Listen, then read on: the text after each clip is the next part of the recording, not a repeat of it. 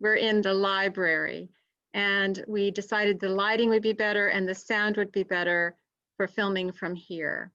So thank you for joining me in Binkley's library. And tonight is going to be another wonderful evening of sharing and learning together with Granvel Johnson, and I'll let Meredith tell you more about him in just a few minutes. Announcements, I think one of the big announcements is look at your newsletter for September. Stephanie Sanders, I know she's listening in, but she needs to be praised for it's an excellent edition. She and Claudia Templeton, who edits it with her, did a beautiful job, and it's just chock full of opportunities, including on September 8th, beginning a 6-week course with Linda Beatrice Brown and Marilyn Wolfe, How Did We Get Here? So I hope you can consider joining that class beginning on the September 8th. There's next week for our September 2nd, Wednesday night, we're going now to a 1st and 3rd beginning in September through the fall, 1st and 3rd Wednesday nights.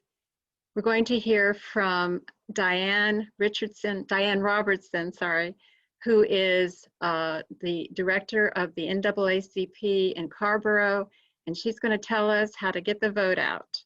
And yes, right, Emily, she's right with us on how to strategize effectively.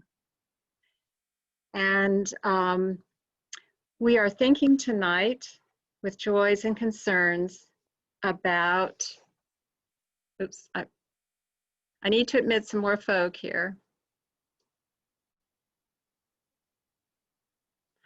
We're thinking about Pastor Marcus as he undergoes a procedure tomorrow. We're praying that that goes well, that he can have a calm and restful sleep tonight, and that his body will respond to the treatment. We have the joy of birthdays happening tomorrow. Peg Williams has a birthday, and also on Friday, Megan Highsmith, and oops, I'll have to look at my cheat sheet here. Linda Bourne, how could I not think of you, dear Linda? Happy birthday on Friday. Yay, yay. And I just learned there's been a baby boom of elephants in Kenya. And I don't know why, that just gives me joy. I keep hearing about how many are killed, but it's just joyful to know that babies are being born in Kenya. Our sympathies go to Jennifer Mahoney and her husband Kevin and 2 daughters, Ashlyn and Erin. Her mother, Christine Schmitz, died on Tuesday, yesterday morning at 10:21 a.m. And Jennifer is home, and we pray for that family in these days of mourning. Also, Alan Brown's father, Kirby, is still in ICU in Rocky Mount, and he seeks our prayers for him. He's waiting for Kirby to turn a corner, so we wait with him in prayer. And I can't help but think of Jacob Blake and his family and their the beauty of their forgiveness and love. But then to hear today of further violence in Kenosha, where 2 were killed and a 3rd severely injured by a shooter. And we know that this is a sign of the violent tendencies in us all, and the violence we need to pray against and work to stop in the months ahead. So for my prayer tonight, I decided to pull from Martin Luther King Jr.'s I Have a Dream speech. This Friday is the 64th anniversary. Am I adding right? 1963? No. Help me, Meredith.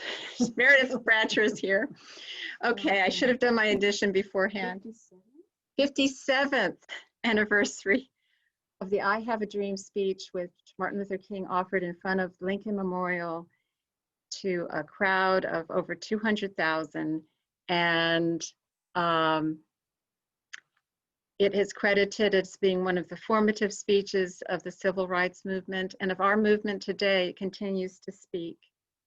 And so I want to offer my prayer using his words tonight. Will you join me in prayer?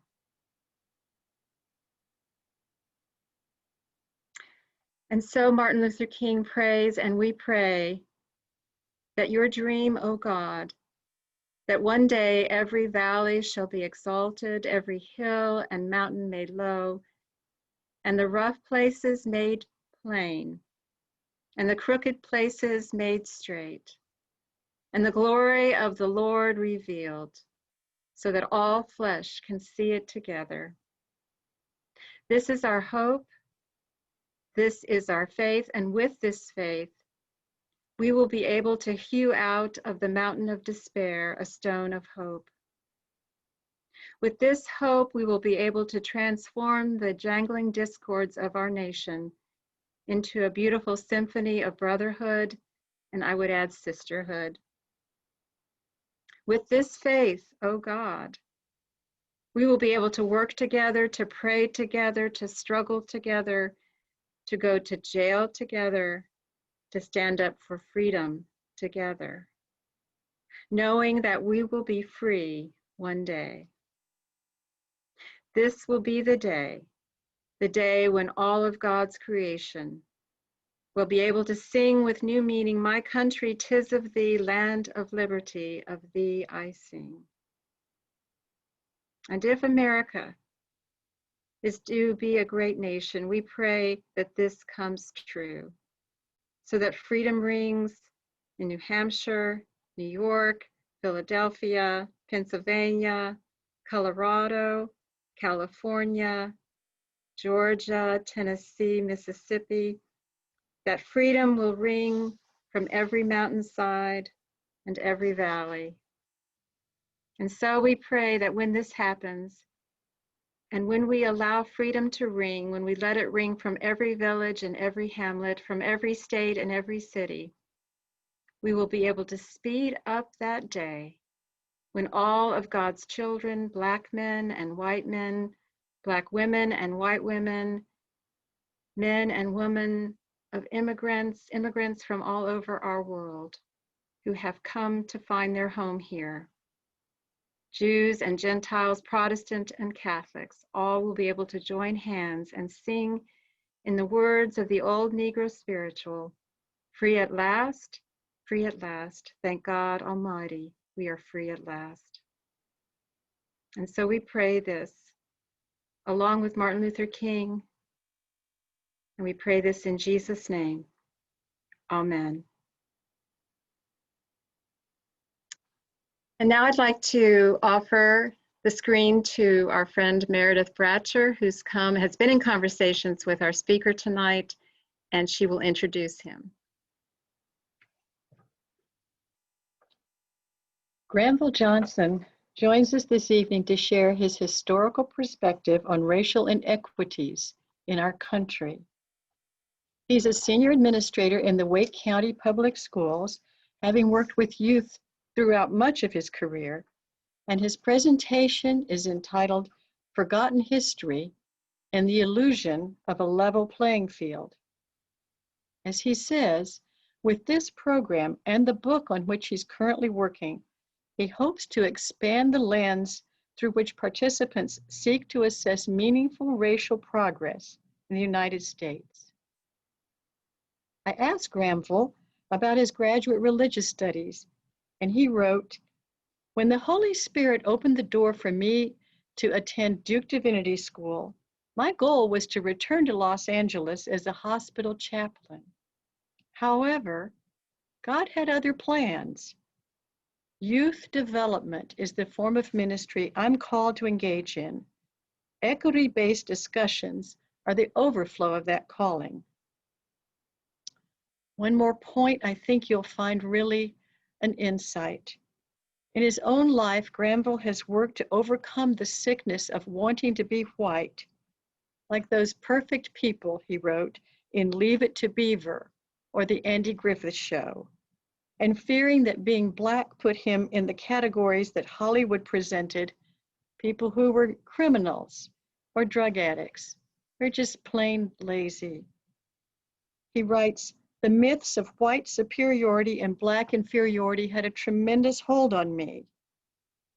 I had to wake up to the truth of American racism. It is an ongoing process." Welcome, Granville. And thank you to Ann Cockrell for introducing us to this member of their longtime writing group.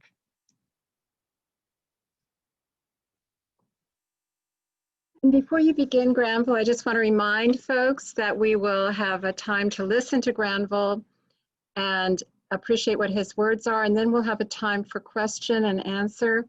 And I look forward to guiding that conversation, or at least unmuting you in time. Granville, welcome. Can you unmute yourself, Granville?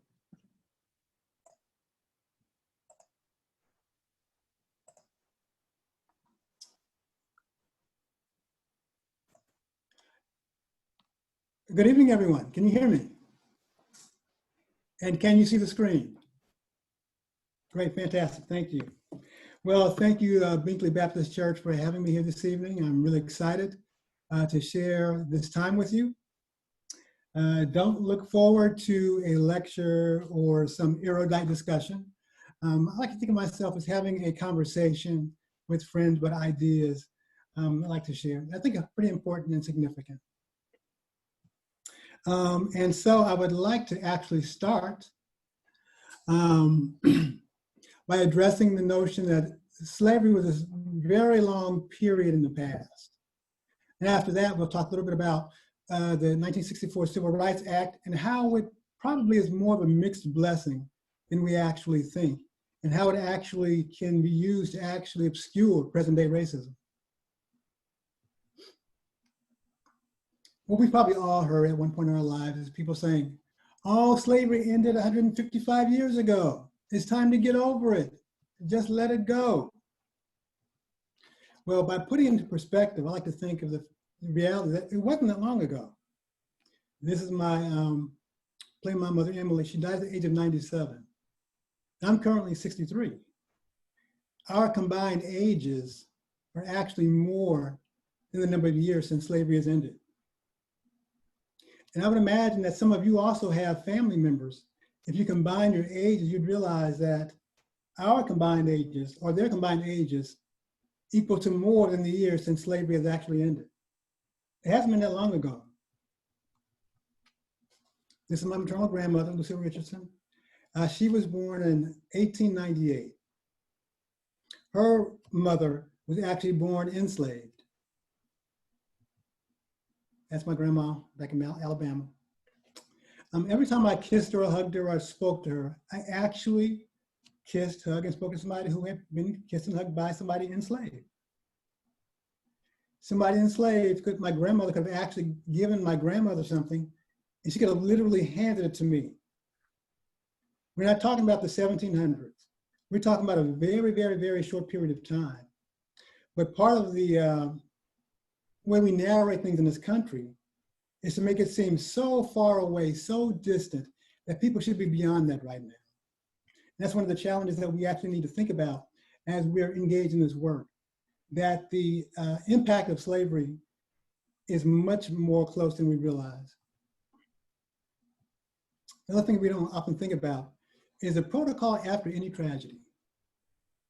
And I'm used to doing these sort of presentations in public, so in person, so I'm sitting here waiting for some feedback, but I realize I'm not gonna get it tonight. So kind of bear with me as I get used to the new medium. I think about the Columbine High School shooting. After they secured the campus, the first thing they always do is get in mental health counseling. Because we know if people don't process their trauma, it can play out generationally. The Sandy Hook massacre, there were 27 deaths. In the first 2 weeks, 800 people needed counseling. Those people weren't involved in the shooting, they weren't on campus, but they were traumatized by the experience nonetheless. In the following weeks, that number doubled. People were experiencing depression, children were misbehaving, they were experiencing PTSD. All these challenges were going on because of the trauma within the community. Think about the fact that for 400 years or more, African people on this continent enslaved, raped, beaten, murdered, disrespected, and with the stroke of Lincoln's pen, they were all freed and told to just get over it. Go on with your lives, act like nothing ever happened, and if in any way you show any anger, any remorse, you're depressed, that's your problem. Doesn't that sound crazy in the context in which we live and when we know that people actually need to process their trauma? I know people whose grandparents were alcoholics. And the way the grandchild experienced the trauma from the grandparent, from alcoholism. They had to go to counseling. They were involved in Al-Anon because the grandparents were alcoholics. They weren't enslaved. They weren't beaten. They weren't abused. They didn't go through 100 years of Jim Crow. It's alcoholism. And that is not to minimize alcoholism. What it's meant to show is that how sensitive we are as people and how trauma impacts us in tremendously horrific ways.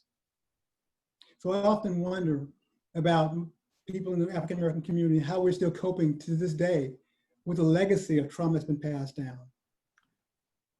And I'd like to challenge you also in the next few weeks to think about that yourself. How might some of the ways we see young men maybe in sagging pants or whatnot, how might that be connected to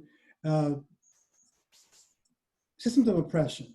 How might that be connected to something much larger than just them wanting to disrespect the community? Everything has an impact.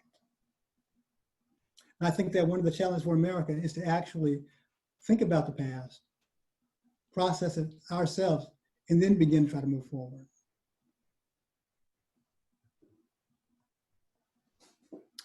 I often find it very interesting as well. A 1963 Gallup poll showed that 66% of white Americans believe that Black Americans were treated equally to white people in housing, education, and employment. That sounds ludicrous, doesn't it? Mm-hmm. That's during the height of the Civil Rights era. But it shows how we can be detached from other parts of our community. And later on during this presentation, I talked to you about how I've been detached as a Black person from my own community.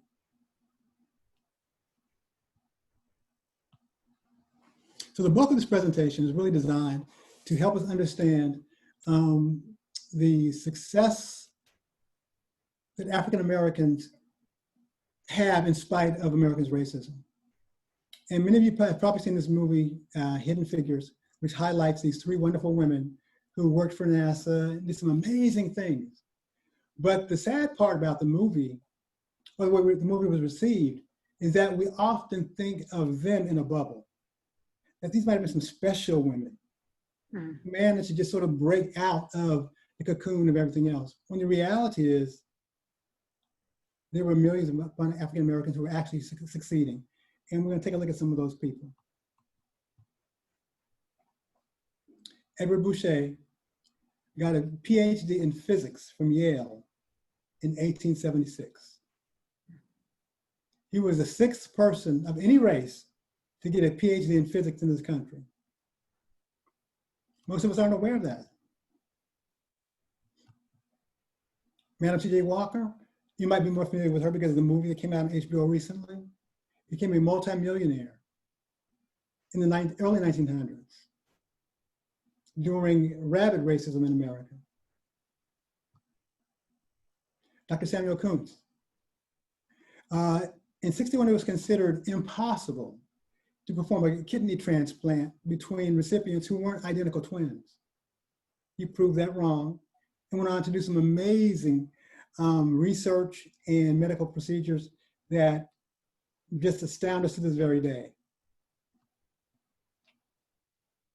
Dr. Jane Cook Wright, co-founder of the American Society of Clinical Oncology. She and her dad worked in Harlem in the 40s in a cancer ward. She went on to develop other procedures to develop cancer treatments for people all over this country. Dr. Julian.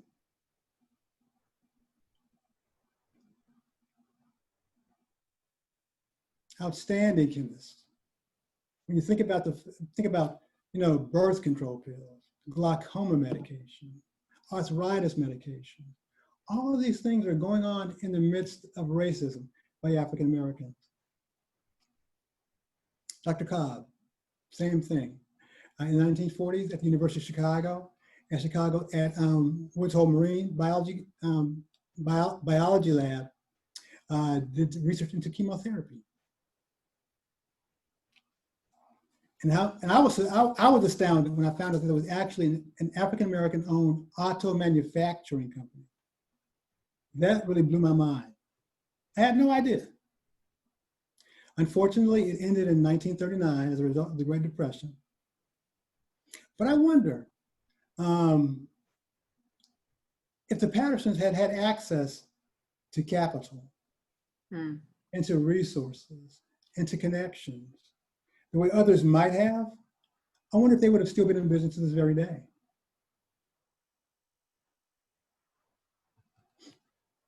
And Gladys West, the GPS system that we use to get all around town and all around the country is a direct result of her research with the U.S. Naval Surface Research Center. And I'm sure many of you have been to Washington, D.C. and walked around the tidal pool on the beautiful wall. Had no idea that an African-American engineer designed it, and his firm actually built it. And of 30,000 students, the University of Iowa's alma mater named him one of 100 outstanding alumni. Keep on thinking about it. There's leprosy. Alice Augusta Ball discovered an injectable oil treatment for leprosy. This is another one that blew my mind. I had no idea there were any African Americans on the Manhattan Project. There were 15 who helped to develop the atomic bomb. Now that's nothing to be proud of in terms of the devastation that it caused. But when we think about people involved in research and intelligence and these types of things, African Americans are usually excluded from that category. But we've been there all along. Oscar Micheaux. I'm going to send an email to Meredith with some of the links and information, because some of his films are outstanding, and you can find them on YouTube. He pushed back very hard against a lot of the stereotypical images that Hollywood was actually putting out, images that were actually damaging the way I feel about myself as a Black person and the way you would view me as a Black person. And of course, the point of all of this is that all of this and much, much more was going on in the midst of rabid racism in the United States. There wasn't a reprieve from racism. Racism was in full force when all this research and technology and engineering was going forth.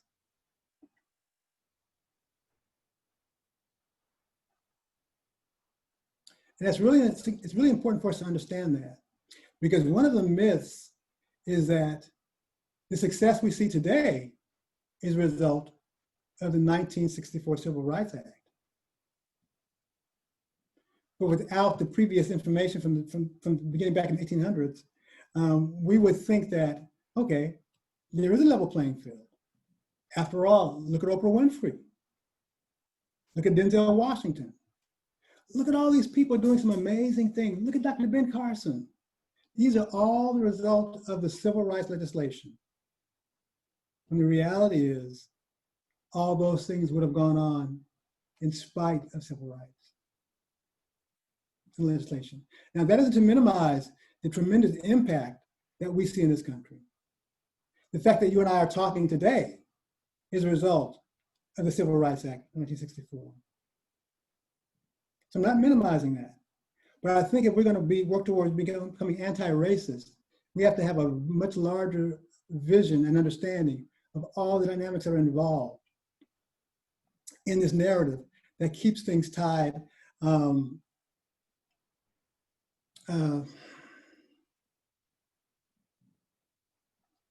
trying to think of the word. I'm trying to think of the word I'm going to use. But we need to broaden our awareness. We need to broaden our awareness of history. So, with the 1964 Civil Rights Act, we replaced a few signs. We took down some signs, and voila, we have a new country, or so we thought. We see Black people playing tennis. We see all these amazing people, and of course, it all takes place in a very racist America.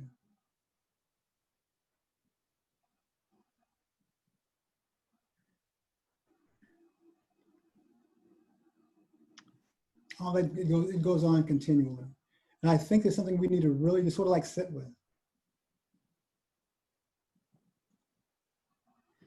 because one of the things that I do every day, I work on profiles.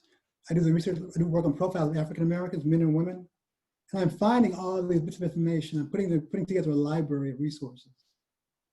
And it just blows my mind when I think about the philosophers and mathematicians, and business owners and whatnot, and the bankers that I was never taught about as a child. We hear about Thomas Edison, but we never hear about Lewis Latimer, who made the light bulb actually practical. Who wrote the first electrical engineering book. We don't hear about any of those kinds of things. And those things really shape the way we see our nation and ourselves.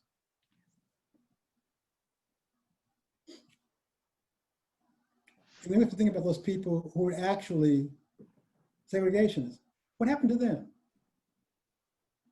Did the civil rights era, did Johnson's signature somehow magically erase them? Did their hearts change?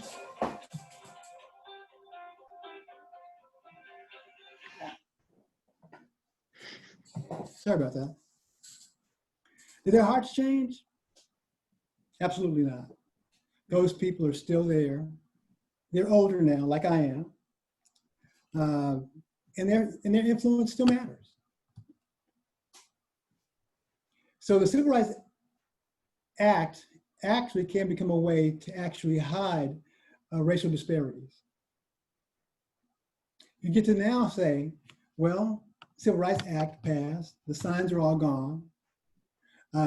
People can go to any school they want to, they can live where they want to, they can be employed wherever they want to. Now everything is their fault. When in reality, all those systems are actually still in place. So essentially, as Americans, we've been brainwashed. They did a number on us. We were told that people who committed genocide, they stole land, destroyed cultures, obliterated families, we were told that they are the most intelligent, loving, compassionate, trustworthy people on the planet. And we believed it. Because after all, it's in all the history books. It's what we're taught in school. But we don't stop to think about the fact that little Black girls and boys were getting on the back of a school bus or going to the back of a restaurant because they couldn't go to the front door. And they had to say, with liberty and justice for all.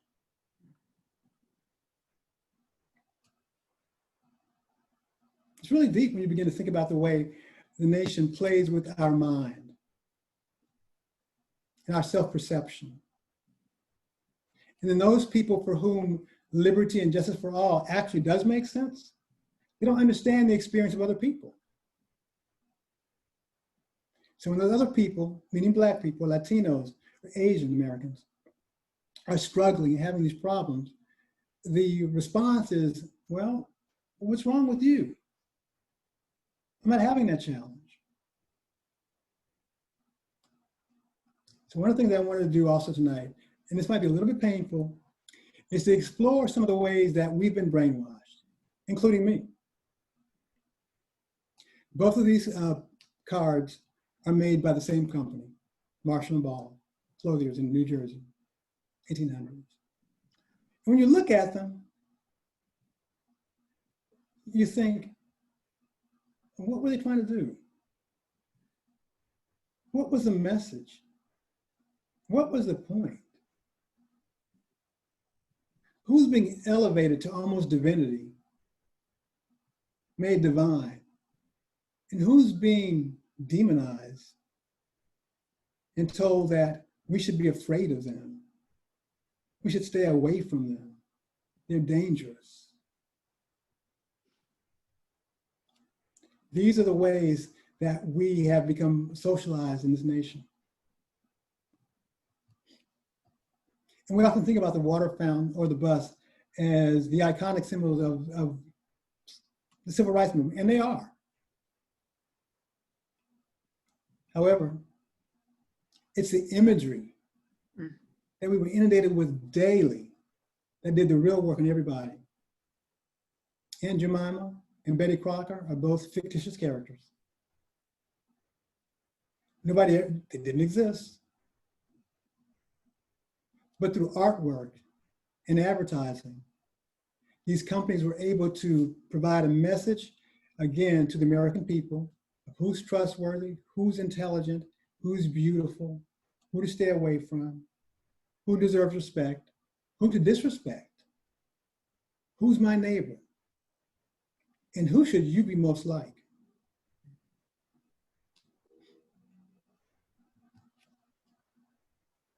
These are all real products right in this country. So can you imagine little white boys growing up in the suburbs playing with a little shooting gun? Oh my God. And thinking that there's nothing wrong, this is just normal. Now, granted, that game was actually made in Britain. It wasn't made in the United States, but it was available here. So you can imagine kids growing up thinking that this is just normal. I'm just playing a game. I don't mean any harm. But all along, they're being socialized to see people differently. They're being socialized to see the other, as opposed to seeing that person as their brother or their possible friend.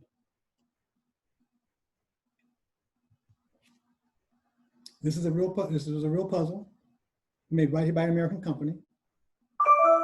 And there's an entire series of these. And as David Pilgrim says, these toys and games were essential to maintaining racial discrimination and segregation. They were essential. Water faucets alone can't do it. Buses can't do it.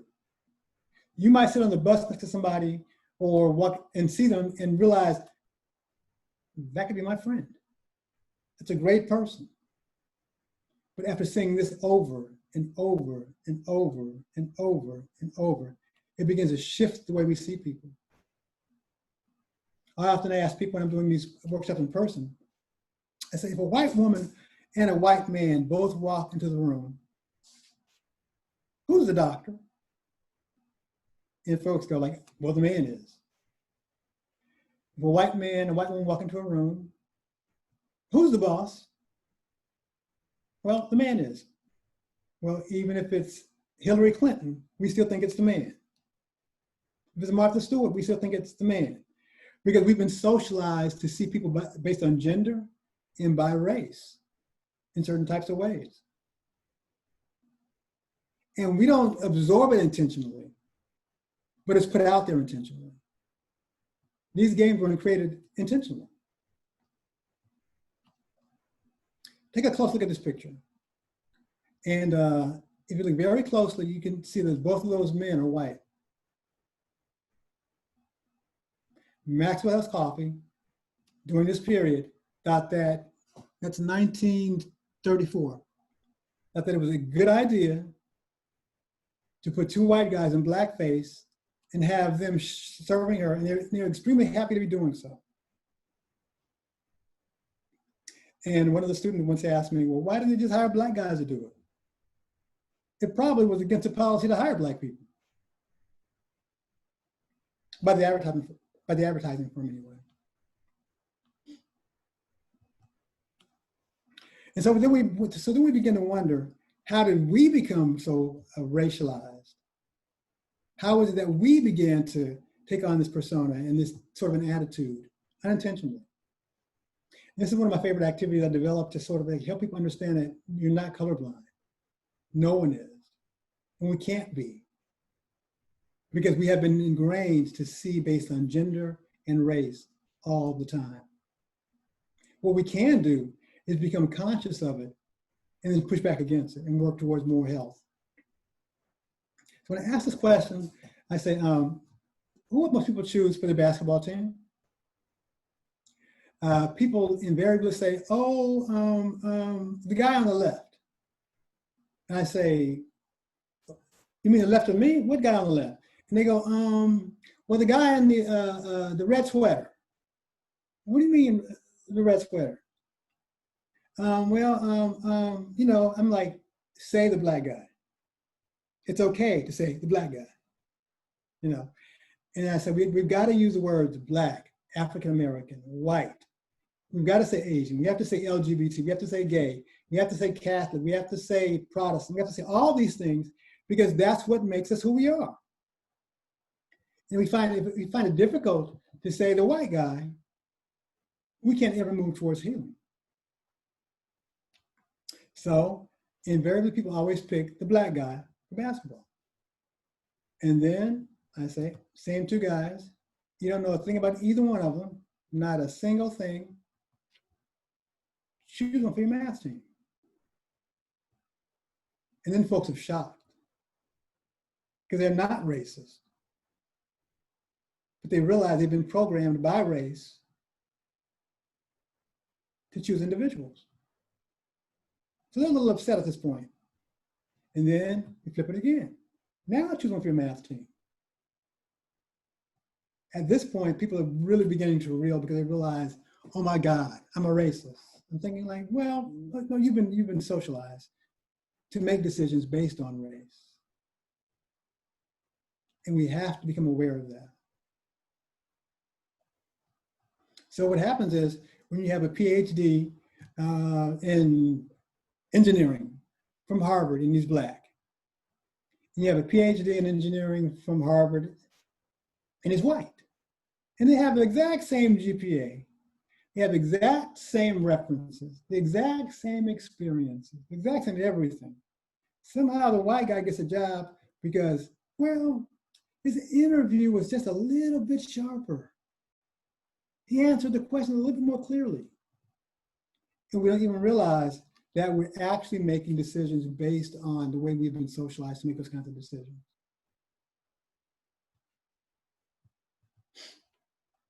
So here we have two guys.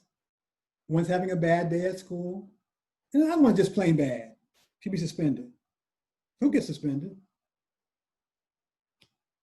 The black guy. Who's more likely to have his cell phone mistaken for a gun? The black guy. They decide to break into a house together. Whose idea was that? There's the black guys. They decide to help a little old lady cross the street. Whose idea was that? It's the white guy's idea. So we have been, like I said, we've been socialized to do this way. Even those of us who are involved in racial equity and discussions and talks and whatnot, so we read the material and whatnot, we still have this ongoing battle because it's been ingrained in us. We've been duped, including me.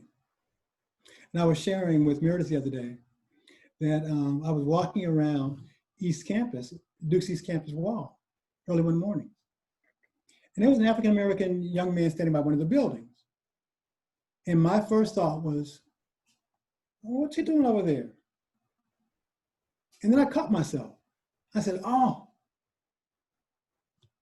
And then I said, well, maybe he's a cook or a janitor. I was like, oh my God, what's wrong with me? I am just full of racial bias. And it occurred to me also that had he been white, or maybe even light complected black man, I wouldn't have questioned it, but he was dark. So my biases as a black person were triggered automatically. I didn't mean any harm, but I have been trained to actually suspect myself. Another story. I was working at one of the elementary schools. I'm in Chapel Hill. Walked out of the building, and I saw a young Latino man, male, about maybe 20 years old. He was raking some mulch. And I didn't speak to him. Instead, I smiled and I waved, very friendly wave. And he turned around and said, "Hello, sir, how are you?" And it dawned on me instantly, the reason I didn't speak is because I assumed he didn't speak English. I assumed he was undocumented. I assumed his educational level. I assumed his socioeconomics. I assumed absolutely everything about him with one glance. And I was being nice. I was smiling and I was waving. And when he spoke, he sounded like a native-born American. He didn't have an accent. If he had an accent, maybe I wouldn't have realized my bias. But because he spoke like he might have been a college student at UNC, it triggered, oh my God. I'm sitting here working on this material, doing presentations on racial bias, and it's still a part of who I am. It's that deeply ingrained within me. And I share that with you because some of you, as you go out and do the work, you're going to be triggered by stuff all the time. And when you do, you realize it, take a deep breath, don't beat yourself up, and realize it is not your fault. It is not my fault that I did that. But when I become aware of it, it's my responsibility to sort of like remain aware and to begin to sort of like try to work through it.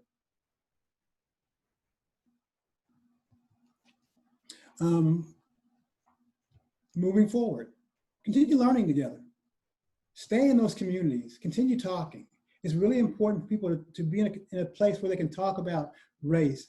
And I think white affinity groups are really important, as are Black affinity groups. Sometimes we're in a hurry to get with the other affinity groups because we want to have this kumbaya moment.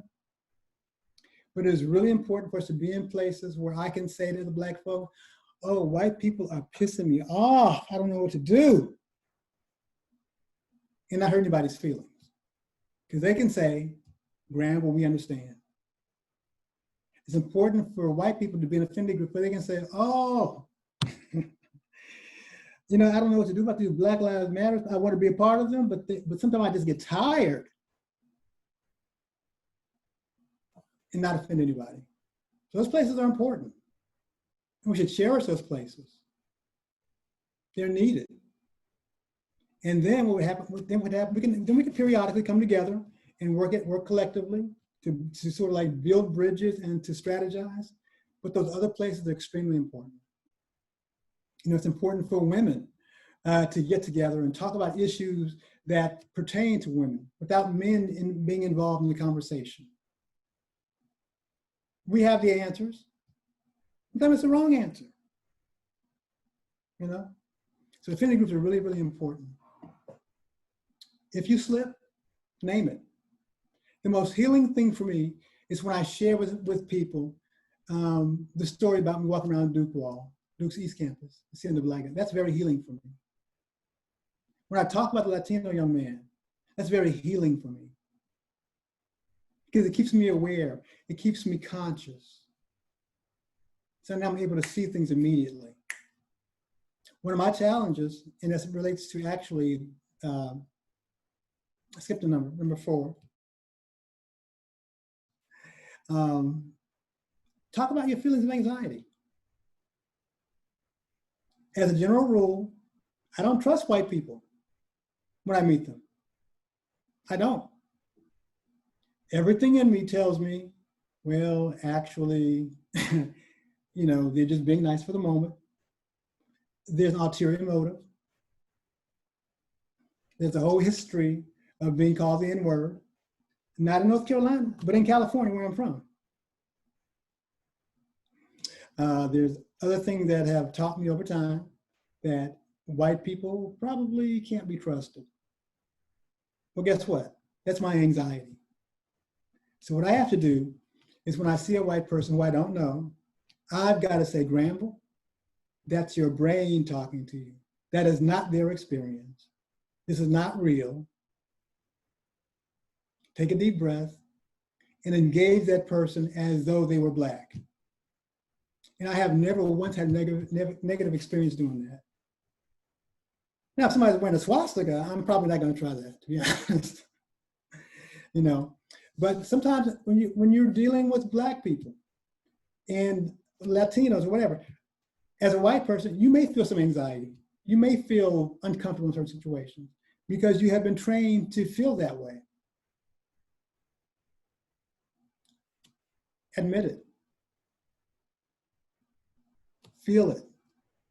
And then remind yourself, this is my brain talking to me. I don't know that person. I remember in Los Angeles, I was really insulted by a white woman. I sat down next to her at a beach and she grabbed her purse. And I said, I took a deep breath and I said, ma'am, I don't want your purse. And then she doubly insulted me. She says, well, my bus pass is in my purse. And I'm thinking, well, damn it, I have a car. I don't want your bus pass either. And then I realized she never saw me. And Zimmerman never saw Trayvon Martin. He didn't. What people see is a figment of their imagination. Because if the lady saw me, she would have saw a really nice guy who wants to love everybody, who wants to help bring healing to the world, who has been to college, who has written some books, who loves to mentor kids. She would have said, this guy can be my best friend if she had saw me. And when I see white people and I automatically don't trust them, guess what I'm saying? I'm not seeing that person at all. I'm seeing a figment of my imagination. I'm seeing what television has taught me, or rumors in the family or whatever have taught me. I have to remind myself that what's going on in my brain is no more real than Frankenstein's monster. I've got to begin to deal with that. At the beginning, I told you it's not going to be some erudite conversation. It's not going to be a lecture. It's just going to be a talk. Also, critique your television. What are you watching? Become aware of when you see the white cop chasing the Black person. Become aware of how that's actually shaping your perception of race and people. Become aware of when the CEO is always the white man and rarely the white woman. Because those things shape the way our daughters think about themselves also. So when I'm watching television, sometimes I'm sitting there yelling at the TV because I'm thinking like, this is just ridiculous. Sometimes I can't watch it. Other times I can watch it, but I'm very conscious. And same thing with the movies. Same thing with magazines. I'm a very critical, I take a material very critically at this point because it's constantly shaping the way we think, the way we feel, and we don't even realize it. The last one, critique your negative observations of people of color. Because sometimes your negative critique or overly negative critique is going to be because you've been racialized to see the negative. And a really good example is I took an online class at UNCG. And they got my registration all screwed up. So I emailed my professor, and she said she'll contact somebody in admissions. No response. few weeks passed by, contacted her again. I contacted her mission, and they responded, oh, well, we made a mistake, and blah, blah, blah, blah, blah, blah, blah. Okay, human error, no problem. Well, what happens though, at UNCG, Duke, UNC Chapel Hill, it's human error. But when a Black school does the same thing, the response usually is, oh, those Black people can't do anything right. It's because they're Black. And I'm not talking about white people. That's what we do to ourselves.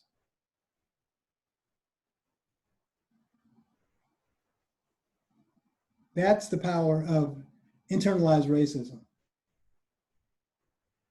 That's the power of the way we have been shaped.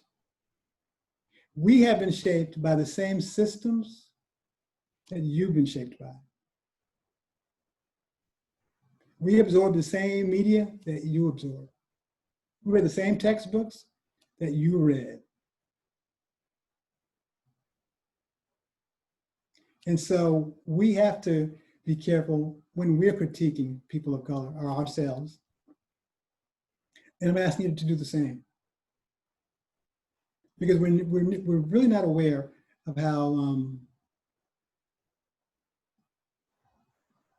sometimes we think our biases are just the facts of life. And they're not. They're not.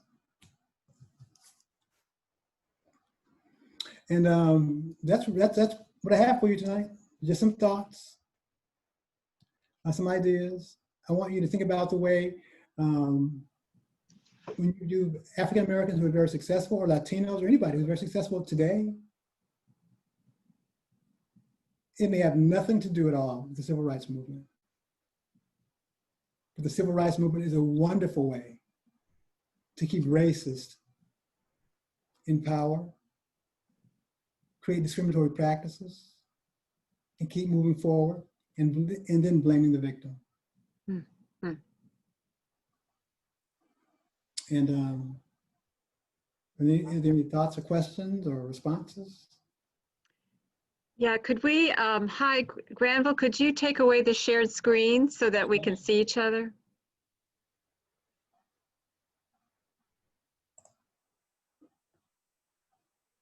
All right, can you see me now? Yes, yes. Can you see others now? Yes. Good. Well, that was powerful, insightful, full of, some of us are reading Ibram Kendi's book right now. And one thing he talks about is racial bias and racism along with racial progress. So, you know, they go together. And I think I grew up hearing just about, you know, the level playing field, as you say, which is a myth. And well, I know I don't want to be take over the questioning. I want to hear from others. So if you would raise your hand using the little hand button and let me know if you have a question for Granville. We are really appreciative of his words. And Jonathan Wilson Hartgrove sends you greetings, and he was appreciative that you were going to be here this week. He was with us last week. Yeah, he was one of my preceptors at Duke Divinity. Yeah, he's Wow. a great guy. Yeah. Yes. So a question. You need to unmute yourself if you're wanting to ask a question, or raise your hand to let me know. Oh, okay, Sharon. Can you unmute yourself? Hi guys, I'll step in really quick and say the raise hand feature that Stephanie's talking about is if you go to the participants button at the bottom of the screen and use that, we're not asking you to actually physically raise your hand. We want you to use the Zoom feature of raise hand, and then we're gonna have to be, Stephanie, we'll have to unmute people ourselves. That's not I see. I'm not able to get the participants list on the side of my screen. Right, you're okay, then I'll unmute people. So if you have a question, use the raise hand feature and we'll unmute you. All right, so Sharon, go ahead. Yeah, I will just say it is easy to unmute yourself. If you just go to the top right of your picture, you have that option to unmute yourself. So just saying. I don't have a question. I just wanted to say thank you. I really, I've sent a note to Stephanie asking if I could please have a recording to send to my son who teaches U.S. history, because you have so many good teaching points in the printouts you showed us. But Granville, your honesty, your openness about your own experiences, I really thank you for that. That meant a great deal to me, that you would entrust us with those truths of yours. Thank you. Thank you. I appreciate that. Appreciate that. As I was sharing with Meredith, this is really a form of ministry for me, even though I teach in the public school system, but I don't teach. I run the mentoring program in the school system, but this is really a form of ministry for me. And my ultimate director is not Dr. Moore, it's God. And so, and I know one day I'll be dead, hopefully a long time from now. And I really want to hear that. I really want to hear, well done. Yeah, well done. And it's uncomfortable. And when I'm talking to largely white crowd like this, I tend to get a little uncomfortable, and I fumble up my words sometimes and whatnot and stuff, because I'm still struggling with all of the myths and whatnot. I remember, Sharon, when I first moved here, Los Angeles, I had to call AAA. And this white guy comes out, and he has this deep, deep, deep, deep, deep Southern accent. And he keeps referring to me as sir. And my brain is just flipping. I'm thinking, like, this is not supposed to be happening. This is 2007. I'm thinking, I'm in the South. There's this white guy is calling me sir. Sound like he's from like way in the mountains somewhere. I'm thinking, like, what's happening here? And my brain was trying to overcome that bias. It's trying to figure out what's make-believe, so to speak, and what's real. And so for me, I've got to keep pushing myself and opening myself to opportunities. Otherwise, I'm going to stay stuck. And I'll meet somebody like you, and I'll avoid you completely, because I will never, ever see you. And that's the tragedy of life. We go through life not ever seeing people, because we're so stuck in our brain. And it's not our fault. And I can't emphasize that enough. It is not our fault. But it is our responsibility once we become aware. So thank you. And I'm loving the Duke blue, not so much the Carolina blue you have on. Thank you. So other questions? Yes, Dick Clifford and Ginger. Can you unmute yourself? There, can you hear me? Yes. Again, this isn't a real question, but it's just an observation. I was trying to think how many years ago it was I started playing this game with my mind. I retired 20 years ago, so it was way over 20 years ago, that when I watched television and they would talk to people on the street, I would see how much my perception matched with what I learned about that person as we watched. Never was I correct, never. And it continues until this day. And on Fridays at Binkley, we have a Black Lives Matter vigils. And so we're standing out there with our signs, and people are coming by in their cars, and I play this game with my mind again, trying to guess who's going to give us a thumbs up, who's going to give us the finger, and who's going to, cheer us on. You cannot tell. You cannot tell.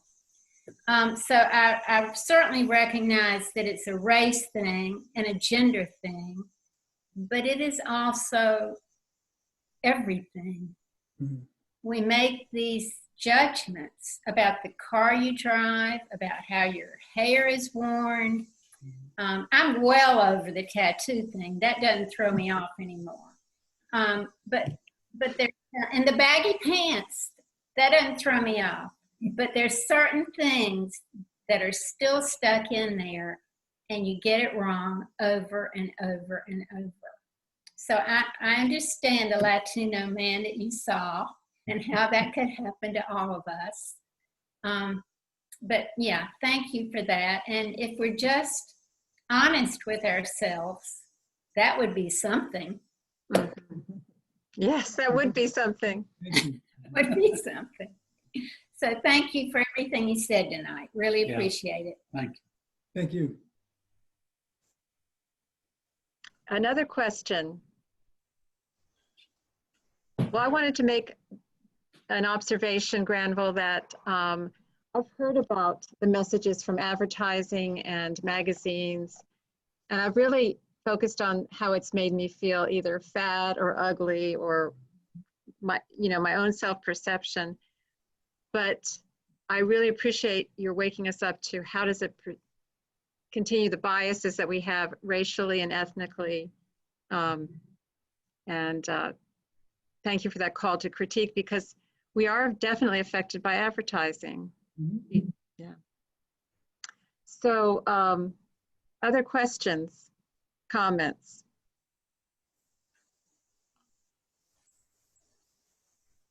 Priscilla, can you unmute yourself? Am I unmuted? Yeah. Yes.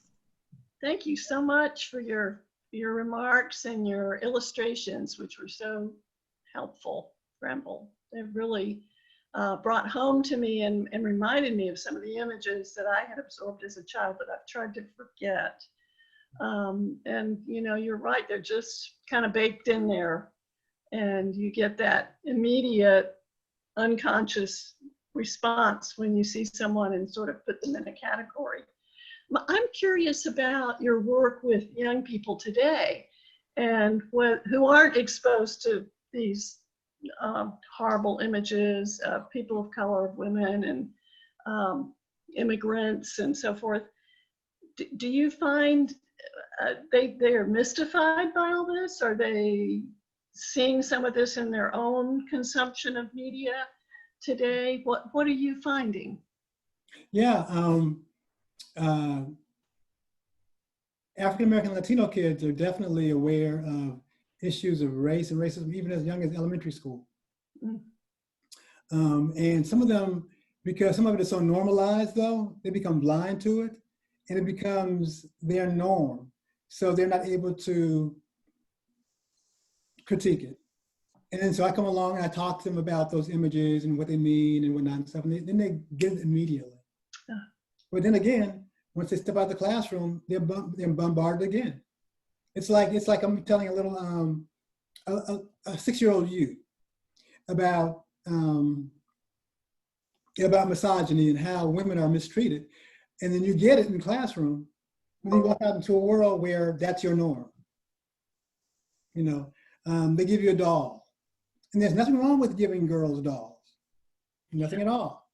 But from my perspective, when we give little girls dolls, we're telling them right then what your role is in society.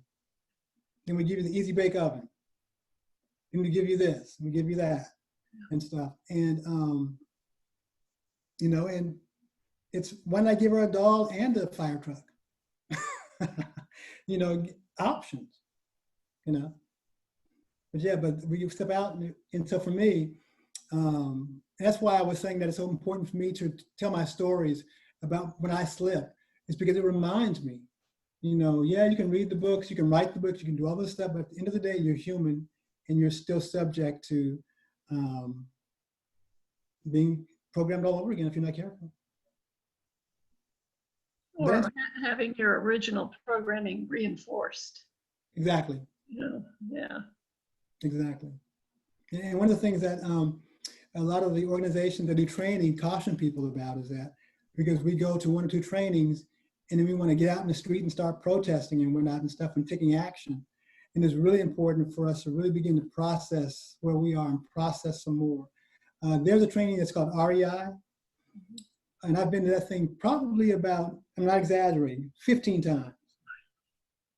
Unfortunately, as an alum, I don't have to pay the fee every time. Every time I go, it's like another layer is peeled off, you know? And then when I got to the point where I could actually begin creating curriculum and stuff, then I realized, okay, I'm beginning to really get this stuff at this point. But the first time I went, I was mesmerized. Mm. You know? Yeah, I think what you're suggesting is this is a multi-generational struggle. It's not something we can fix in 6 months. Oh, absolutely not. They pass the baton to me, I pass it to the next generation, and we keep on running, and eventually we'll get to a place where there's more healing. Yeah. Thank you, Priscilla. Thank you. Other comments, questions? Yes, Dick, can you unmute yourself? I think I'm in. Can you hear me? Yes. Yes. So, Granville, I'm older than you. So, yeah, right. So, but I grew up during the 60s and started teaching school in Wilmington in the mid-60s in 65. This would be just before the Wilmington 10. And it was a shock for me. I had been in a community that did not have a lot of blacks, but so I just didn't see a lot of racism. Now looking back, I think I just missed it. Mm. But I didn't see a lot of it. But in Wilmington, it was in your face, and in the schools where I taught. I taught in New Hanover High School, and I couldn't go in the teacher's lounge because all they wanted to talk about was, why do we have those 50 African-American students here out of 3,500 students at the time? Mm. And so then fortunately I went on to better schools who were more in tune with reality. And so for a long time we've worked in our church and in my work. Early childhood education is really what I do now. And in that, lots of experience times working with African-American men and women. And I felt like we've come a lot further than I feel right now. I think maybe 2 years ago or 3 years ago, I began to realize how much further we have to go and how we're going to have to, it's like your analogy, peeling off another skin of the onion. There are a lot more skins to go. Mm-hmm. So I don't know if you had any of that kind of experience in your life growing up. How have you changed in terms of your feelings about how far along we've come with racial issues in our society? Yeah, as Meredith was saying in the beginning, I grew up in Los Angeles, and I actually chose to go to a predominantly white junior high school and high school. Because where I lived, I could choose either. They were both in the district.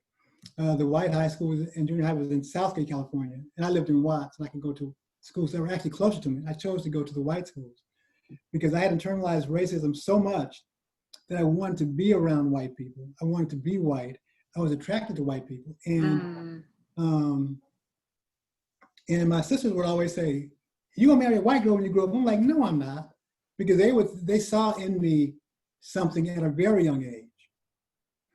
And then as I got older, I began to recognize that there is something wrong here if I don't like my own people, which ultimately means I don't like myself. And I began to explore and think and work. But that was in my early 20s when I began that journey. I'm 63 now, and the journey continues because it's deep. Yeah. You know, so when you ask about, have I seen, like shifts in larger society? I can speak more clearly to the shift in myself. Yeah. You know, yeah, and then I see other people, and I'm thinking like, this brainwashing has done a number on all of us. You know, done a number on all of us. Yeah. Yeah. Yeah, when Obama won the presidency, my brain was going like, am I in the twilight zone? Is this really happening? You know, this is not the America that I conceived, you know. And now, with the way things are going now, I'm thinking like, yeah, I was right. This is not the America that I conceived yet. But yeah. Yeah. We're making progress. I mean, the fact that we're communicating here and talking about ideas and sharing and stuff, there's progress. And I'm grateful for the civil rights movement because it has opened a lot of doors. There are quite a few African Americans who also have mixed feelings about that because a lot of Black institutions have closed down. A lot of Black banks have gone out of business. Insurance companies, other things that provided support for African Americans. So now we're left at the mercy of banks that are not so friendly. That charges higher rates, and they charge white people with the same credit profile. If you're ever wondering if your bank is one of those banks, you can just go to Google and put in the bank of your name, put in the name of your bank, and put in U.S. Justice Department and the word discrimination, and it'll pop right up if they've actually filed a suit against your bank for discrimination. Mm-hmm. And there are a lot of banks. I actually switched from SunTrust because I found out that, wait a minute, I'm saving money with SunTrust, but they're discriminating against me, and the U.S. government fined them $21 million discriminating against African American and Latino, you know, customers. You know, so yeah, so there are a lot of folks have challenges with civil rights because of the way it has left parts of the Black infrastructure, I'll put it that way, economic and social. And Abby, can you unmute yourself?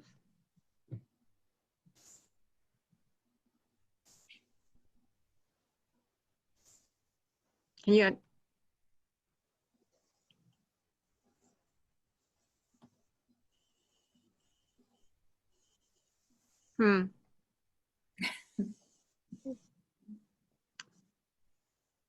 I can't do, oh, there you go. Yay.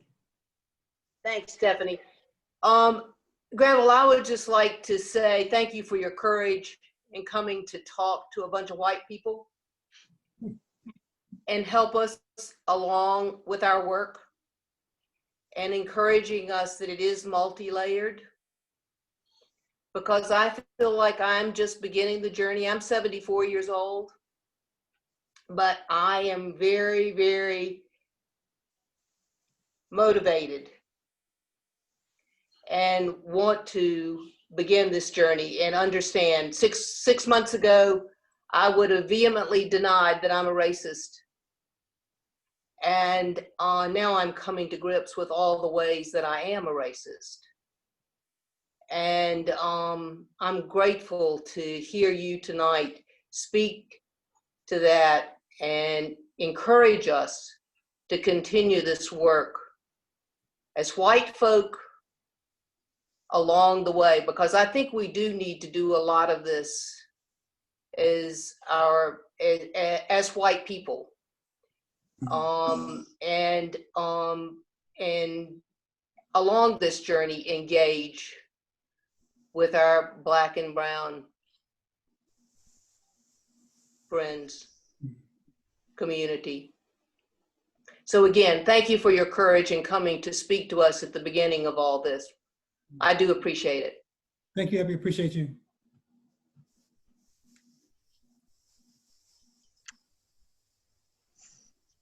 So you have a question, Sybil and Adams? Dorothy, I'm sorry, Dorothy. Can you unmute yourself? Now you can. Only with permission. Okay, that's what I'm learning. only with, Granville, thank you for coming. We're reading the Kendi book, and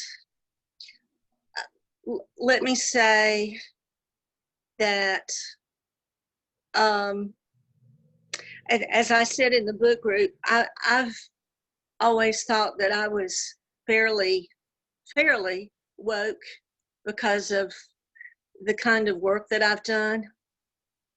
But I'm, of course, realizing that I'm not. He does not, and here's my question, and if you're not comfortable answering this, that's fine. Let me just say that. He does not like the word microaggression. Mhm. He thinks that he says it's abuse, particularly when it's cumulative. Would you talk about how you feel about that statement? I haven't read the book, but I would imagine, given what you just said, that maybe he's looking at a microaggression is a way of minimizing the impact of what's happening. The term microaggression. It's like when I was at Duke Divinity School, one of my teachers really opened up the class's understanding about the use of language. She says that the American South called slave labor camps plantations. Mm. Because plantations sound like this beautiful place with, big old beautiful walls and the Southern Belle and the trees and whatnot. She said they were slave labor camps. Yes. When you call them labor camps, it gives an entirely different view of what it actually was, because they were in fact labor camps. So I'm wondering if Kendi is saying that microaggressions is like calling it a plantation. And I don't know, I haven't read the book, but Right. based on what you said, it sounds like that might be what he's trying to get at. No, you're actually abusing people. This isn't just some microaggression. Yeah. Yeah, he sees it. I mean, I would, when I heard the term microaggression before, I thought it was just snarky behavior. Mm-hmm. But he's pointing out that it's a much deeper situation than that, particularly when it's systematic and cumulative. And that's, I think that makes perfect sense. And I remember walking by a car in Los Angeles down Major Street. I heard the electric locks click. And that is very unsettling. It's just like, and the people inside the car, and there was a white family, they probably thought they were protecting themselves, I guess, I don't know. But for me, it was very hurtful.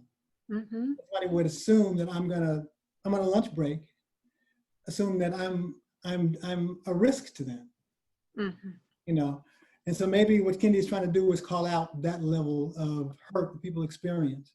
Yeah. And calling it microaggression, you're minimizing what you're actually doing. But then again, I'm just kind of assuming that's what he means. Yeah, it is. Thank you. Thank you. Emily has raised her hand. Can you unmute yourself now? That work? Yes. So thank you so much, Granville, for your courage and honesty. I am particularly moved by the point that we need to be very intentional about including Black characters in our literature that we give to children and in TV shows that we watch, but not, intentional about the quality of the programming that we put into our minds. And so I thought I would just raise attention because we have an artist in Carborough, a Black artist named Keith Knight. And he was racially profiled when he lived in California. And he started turning his cartooning into an expose of racial profiling and police brutality. And he has a TV show that is going to be starting on Hulu September the 9th. And the title of this TV show is Woke. And he's one of our local boys. My son is very good friends with his sons. And so I've been watching the development of this show and what he's put into it. But I thought it'd be nice to just alert everyone to it since we're talking about that. Thank you, I appreciate it. That's great. Can you remind us of his name, Emily? His name is Keith Knight. Keith Knight. Thank you. Knight. Thank you, I appreciate that. Well, a question that comes up for me, Granville, and I haven't really done the reading to speak well of it, but I'm thinking, or speak deeply about it, but you're talking about PTSD and depression over generations. I mean, that was so graphic in what you offered to us. And I wondered if you've had any thoughts about how do we reckon with the reparations around psychological abuse, physical abuse, because I hear about it around land and opportunity, but I wonder, or maybe that's going too far afield from what reparations means, but I just wonder if you would speak to reparations. That's a difficult one for me, to be honest. Mm-hmm.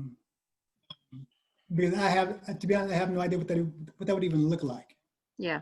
You know, and so I don't want to even pretend to give it. Yeah, I'm gonna pass on that one. Yeah. But in terms of psychological support, I love what Emily was just saying about the inclusion of images that provide so much more support for kids emotionally. To see themselves in textbooks, to know that yes, there's a long history of African American, and even African success. mm-hmm. I'm going to send you the name of a DVD series by Henry Louis Gates.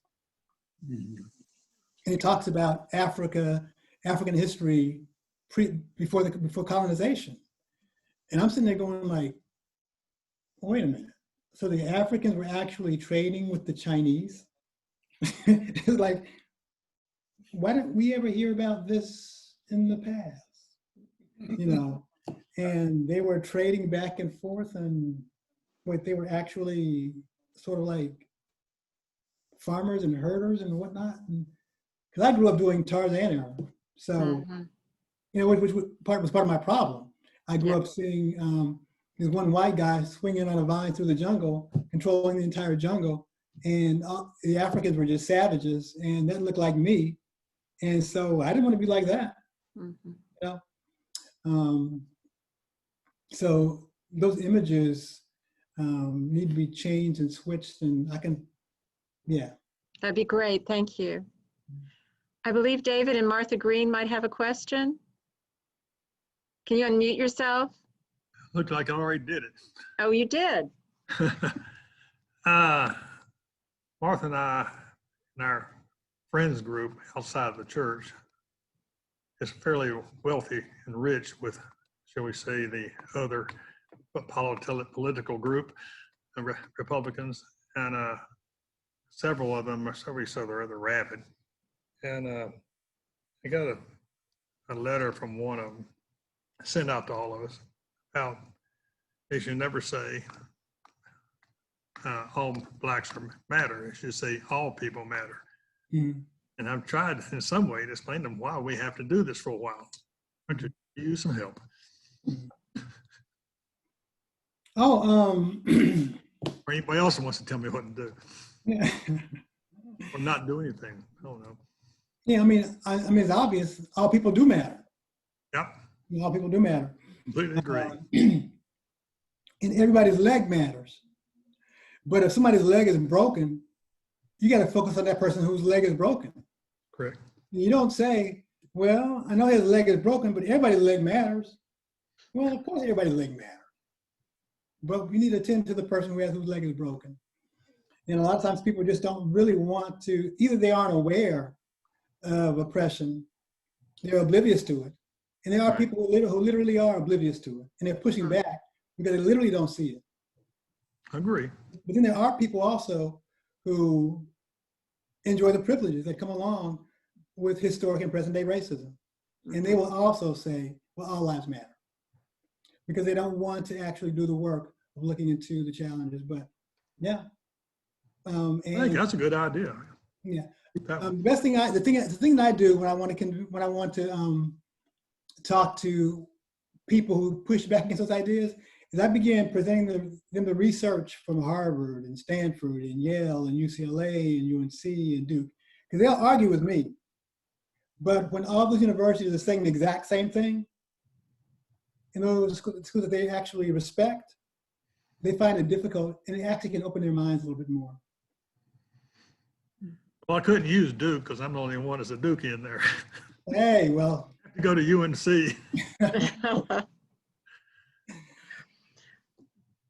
Well, Granville, we're coming to the end of our time with you, and so appreciative of the riches you've brought to us, and hope we can have maybe an in-person conversation with you when we're all back together again.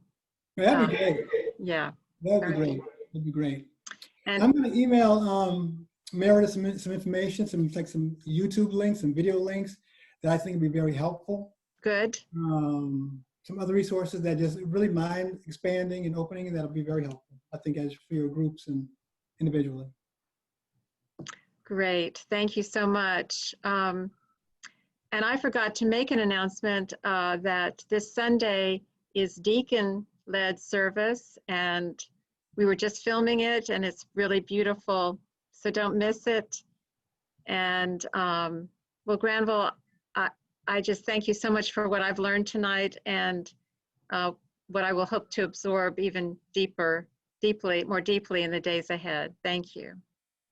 Thank you. Thank you. Good night. Good night. Thank you.